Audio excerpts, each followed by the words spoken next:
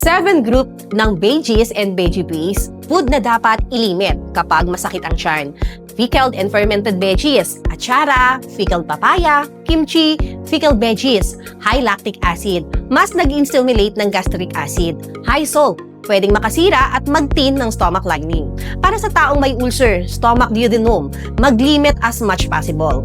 Hilaw or hindi na iluto ng tama ang mga vegetable. Insiladang talong, insiladang mangga, salad. May hindi natutunaw na cellulose, nagdadagdag ng motility at pressure sa stomach. High risk ng bacteria, contamination kung hindi malinis.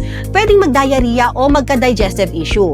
Recommendation, stick to boiled, steam or soft cooked veggies. Celery, mayaman sa lignin at essential oil. Pwedeng mag-trigger ng acid secretion, nakaka-indigestion pag hilaw or undercook. Better hiwain ng maliliit o lutuin ng mabuti. Konti lang ang paggamit. Cruciferous veggies, cabbage, kale, napa cabbage, usually sa mga sabaw or ginisa. May raffinose, hard to digest carbs, gas and bloating. Kainin lang pag nailuto ng maayos. Iwasan kapag may stomach pain or flare-ups. Tomatoes, lalo na yung hilaw sa insiladang kamatis. Mayaman sa citric and malic acid.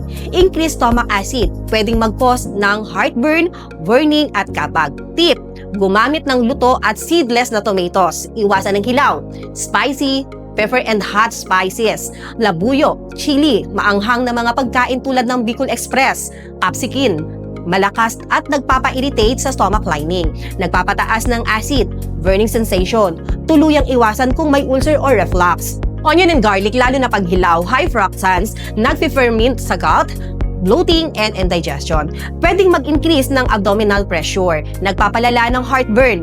Better iluto bago kainin para maiwasan ng irritation. Tip, kapag damage o inflamed ang stomach lining, super sensitive ito sa acid, fibrous or spicy food. Wrong veggies choices, nagpapahaba ng inflammation, more pain, slower recovery. Prioritize soft, easy to digest veggies, lutuin ng maayos at kumain ng tamang dami. Diet adjustment is key para bumilis ang digestion.